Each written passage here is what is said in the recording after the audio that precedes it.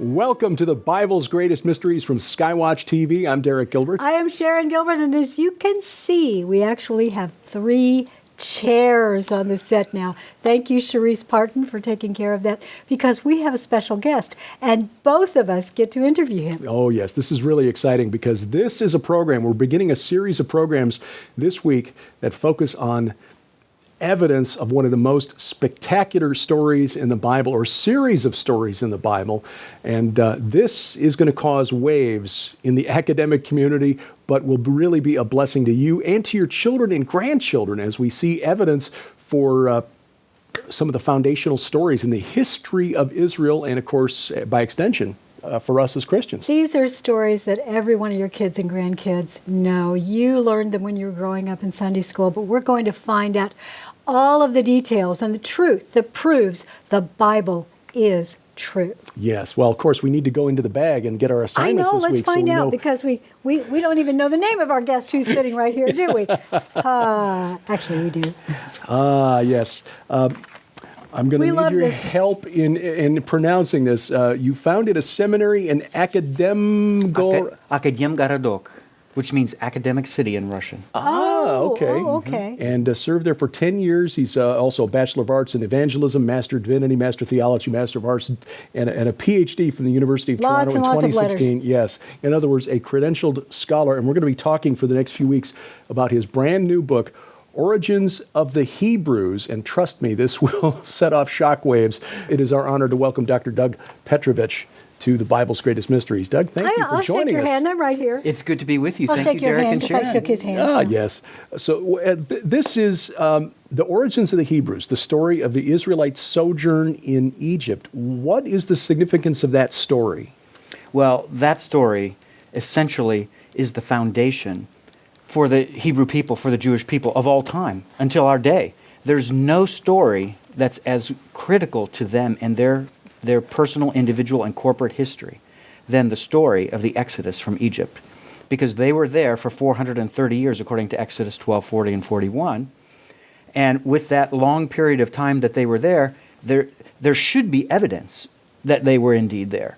So what God allowed me the opportunity was to kind of fall into some of this evidence and then just keep following the trail as an archaeologist and an epigrapher, which is someone who deals with ancient inscriptions, deciphering them and translating them. And Middle Egyptian language, and of course that's a form of hieroglyphics, and actually Middle and Late Egyptian. That's the focus of the first minor of my PhD. Oh, that's interesting. So the foundational history of Israel and the giving of the law to Moses, all of that kind of relates to the subject of your book, just the evidence that, yes, we actually do see traces of the Israelite presence in Egypt. Why is it then that here we are in the 21st century with archaeologists who've been digging stuff out of the sand since the 19th century, when this fascination with Egypt really began? I mean, Sharon's been researching this for her series of novels set in the Victorian era. There was a fascination with what was happening in Egypt, but yet we've been told for more than 100 years, no evidence for the Israelites in Egypt at all. That they never did. We're never there. We can't. The whole story was just made up. Why have archaeologists not seen this evidence till now? Well, there's a number of reasons behind that. Part of it being many archaeologists are not interested in seeing an actual physical, verifiable connection between the ancient Israelites and the Egyptians at this time. That's part of it.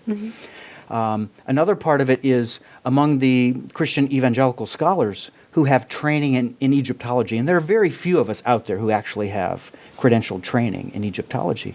But among the few that are out there, almost all of them subscribe to what's called the late Exodus view. And that basically kind of, you can connect it with Cecil B. DeMille's Ten Commandments and Disney's Prince of Egypt, right? Because we all know Yul Brynner was the pharaoh of the Exodus. Exactly. And they call him Ramses. Right. So that connects people with the 13th century BC, which is the 1200s BC, right? Right. But the problem is careful treatment of biblical chronology doesn't land you at the time of the Exodus in the 13th century BC. It lands you in the middle of the 15th century BC, which is around 200 years earlier. So with the Egyptologists who are trained evangelicals in this field, they're looking for evidence that will connect Israelites to Egypt in this Exodus era in the wrong time period. And if you're looking in the wrong time period, you're not going to find any of the connections that are there. You've got to match, to You're synchronize looking in the wrong perfectly. place. I was thinking Indiana. that very Yes, thing. Yes, exactly. Sala in Indiana Jones, and you're looking in the wrong place. Yeah. But there's a big debate about that. This 200-year or so discrepancy between timelines. Yeah, and it essentially goes back to this. There is an archaeologist of the 20th century named William Albright, and he's the one who pretty much propagated this and made famous and developed a lot of followers who would agree with him that the late Exodus view is right. And the thing was, he was basing it on archaeology, not on the Bible itself. And he was looking at the archaeological record and saying, we have no evidence of Israelites from 1400 BC to 1200 BC, in the land. So because we have no evidence of them there, it must be the case that that's the wrong timing for the Exodus itself. So was it not there, or was it interpreted incorrectly? Well, here's the thing. When the Israelites first settled into the land of Canaan, they didn't go into the cities like God intended them to, right? What he was going to do is allow them to exterminate all of the Canaanite people who had sinned so grievously that, God had enough and they needed to be dealt with as such. But what he was going to do is give them cities that they didn't build themselves. Right. But they were used to being nomadic. They had 40 years wandering in the desert, so they were used to a nomadic lifestyle, not living in homes. So what they did when they moved into the land, they went into the hill country and essentially were semi-nomadic. They were living in tents. They were not living in cities. So there's really no expectation, or should not be any expectation, that we would see in the archaeological record that they're there from 1400 to 1200. We would expect this. So that's not a good reason to say that there couldn't be an Exodus in the middle of 15th century. And because Egypt was essentially defeated very, very embarrassingly by all of this, they probably wouldn't have written it down either. No. Hey, we got beaten really bad by the God of these people. Our slaves, we gave them a bunch of gold and sent them off on their way. Yeah. And there's a famous Egyptologist of our day named Kenneth Kitchen, and he's proven that the Egyptians didn't record their defeats.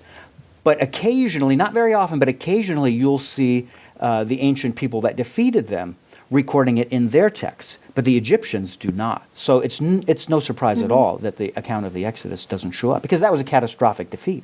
So- Kind of like modern day news. You don't, when your political party, for example, makes a mistake, Oh, you just yeah. go. Yeah. Sweep it under the rug. Right. So what is the evidence that you begin to find? Oh, boy. I'll tell you where it all started. It all started, I was supposed to be finishing my PhD, writing my dissertation. But in the midst of looking for texts to read and study to prepare for my comprehensive exam, I stumbled across information of animal burials at the right site where the Israelites lived. It's called ancient Avaris, that we connect to biblical Ramses, which is a later toponym.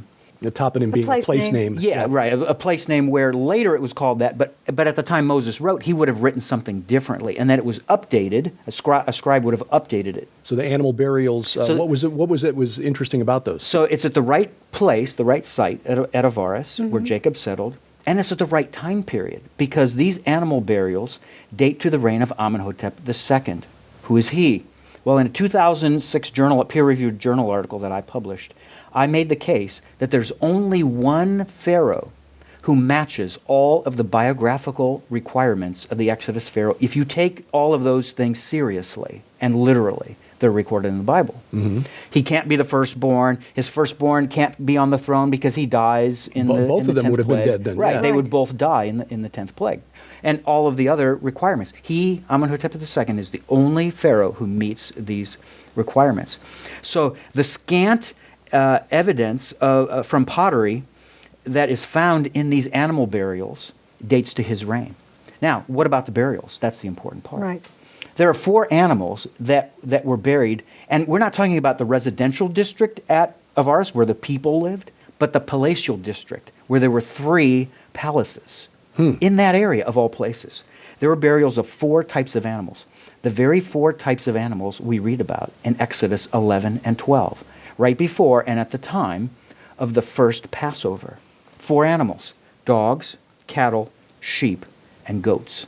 And the majority of the burials are mass burials, not just one animal, but multiple animals. And the majority of the animal burials are sheep and goats. And the majority of the sheep and goats, guess what, are in their first year of age.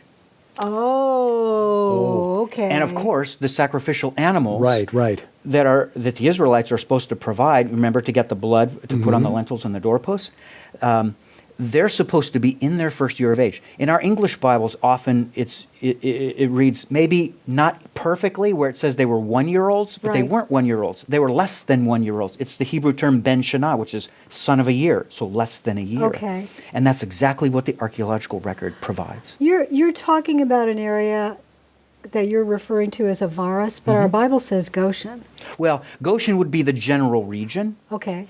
kind of like a state or a, okay. or a county. Okay. But the city itself was called Avaris in a more ancient time. But actually, at the time of Moses' life, it had changed from Avaris to Perunefer, which is an Egyptian term that means pleasant journey, which is perfect. It fits the city because it's where traffic goes into from the rest of the world and goes out of Egypt. So it's a perfect launching point, whether by sea or by land. So it was a contact point between Egypt and the Levant, meaning Canaan, Yes. and then on to Mesopotamia. And, Africa and Asia.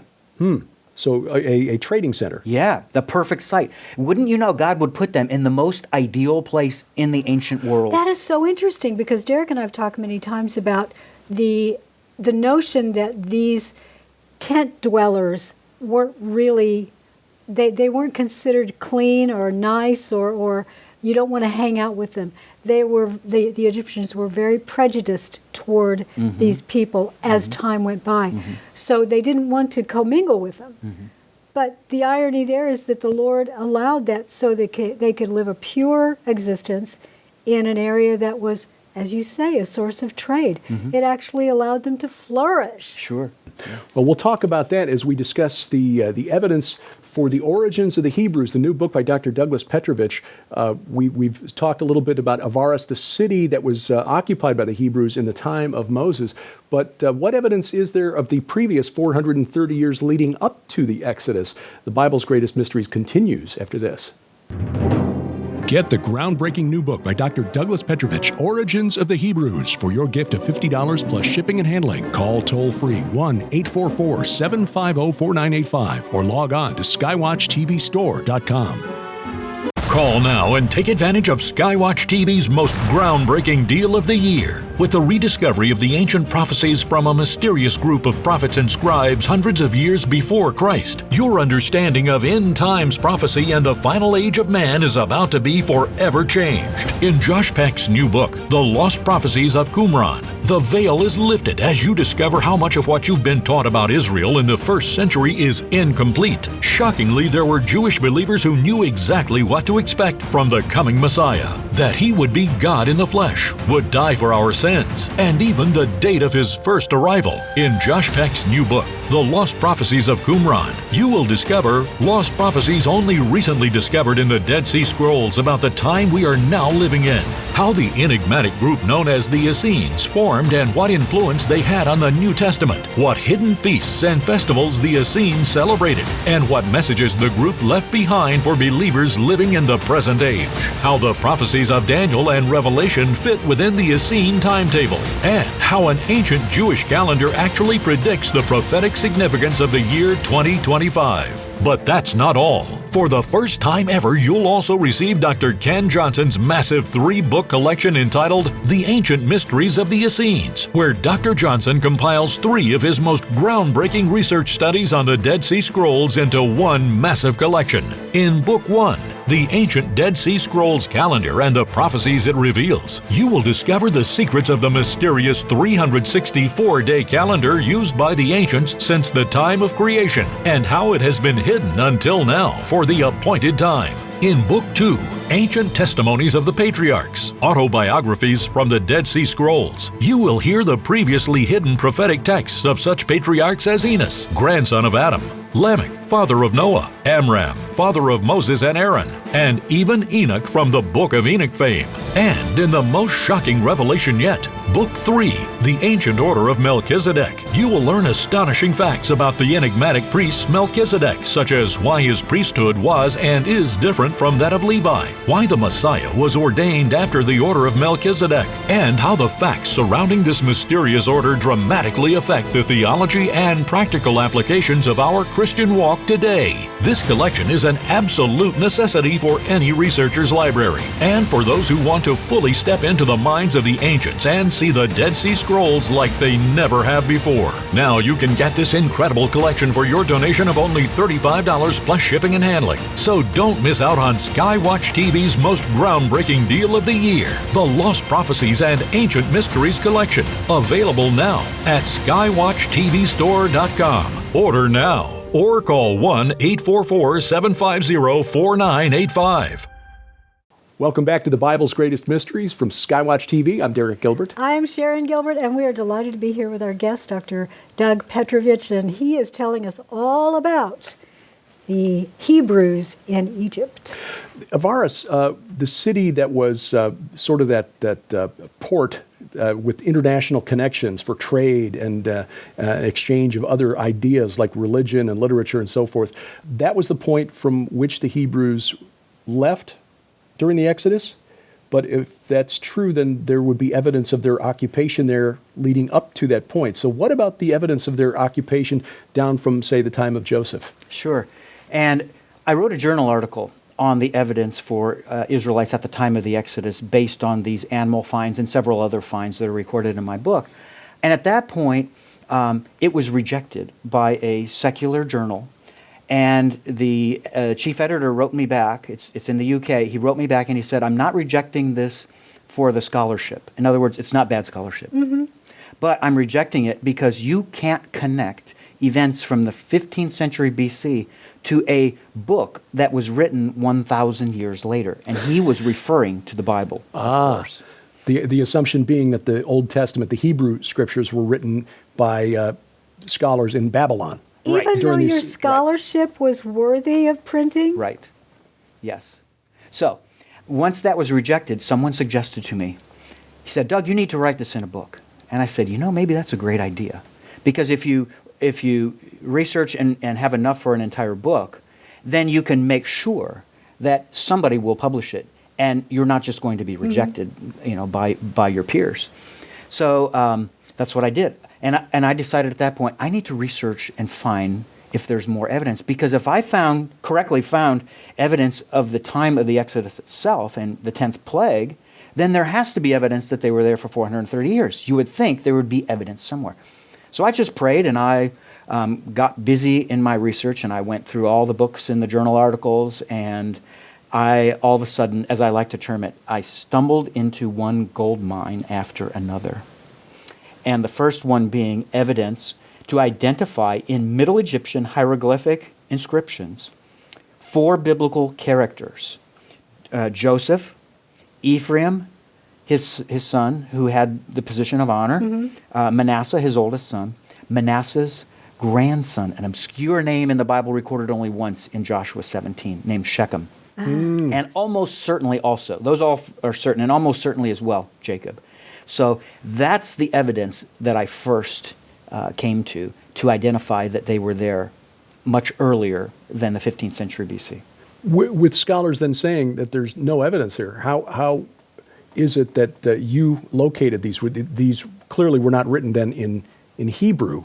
Otherwise, Hebrew scholars of years past would have stumbled onto this long ago. Mm-hmm. How did you interpret or decipher these texts to identify these characters? Most of them were already deciphered, and Egyptologists published on them.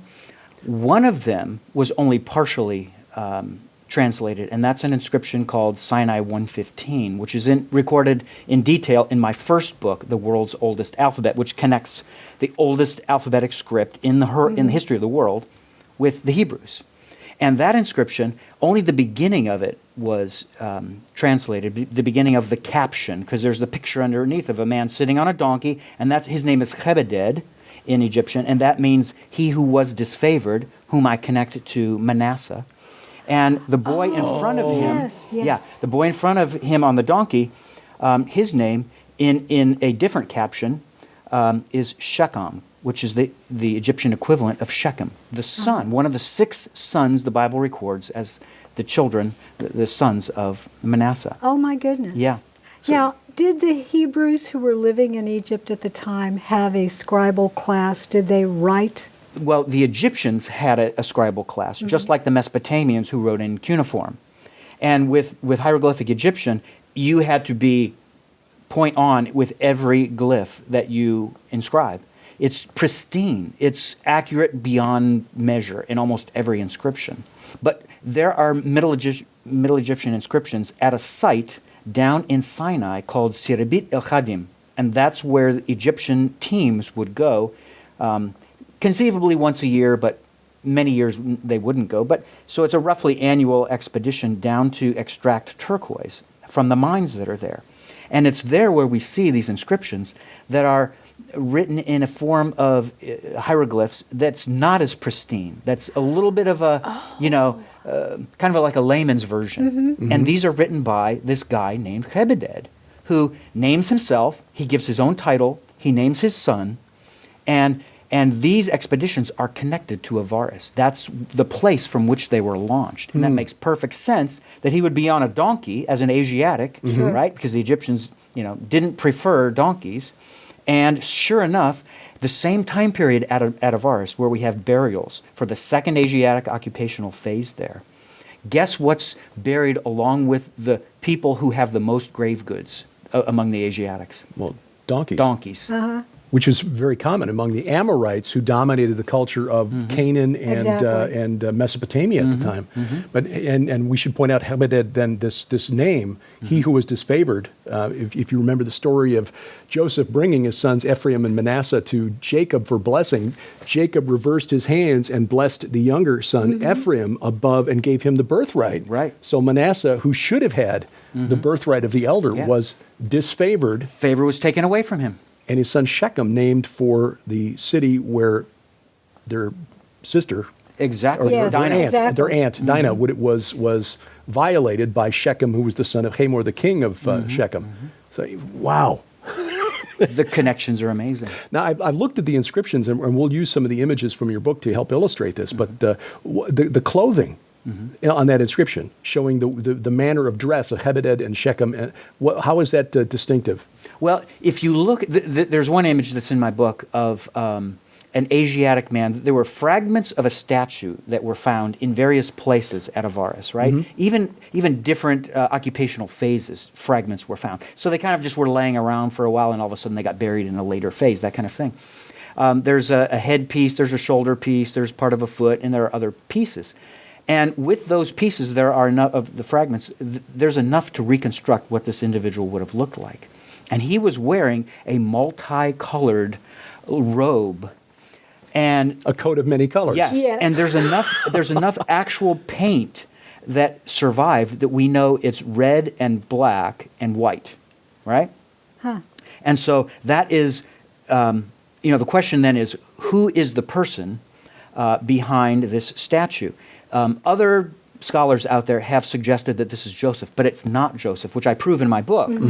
Another part of the statue is a word which is sennecher, and that means incense. The word incense is part of a specific funerary inscription known as a chetep dinesu funerary inscription, which means the person seated in the statue had to be someone who died.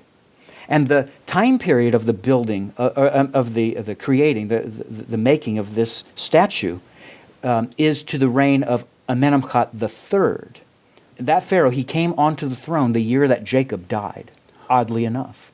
Joseph was still alive, and he would live for decades beyond this. Right. But all of that statuary is from a site called Hawara in the Fayum of Egypt. And so clearly it was during that reign, and it was at the death of a person, And the only person that fits is Jacob. So this has to be Jacob, not Oh, Joseph. wow. Is this the statue where there's evidence that the hair was red?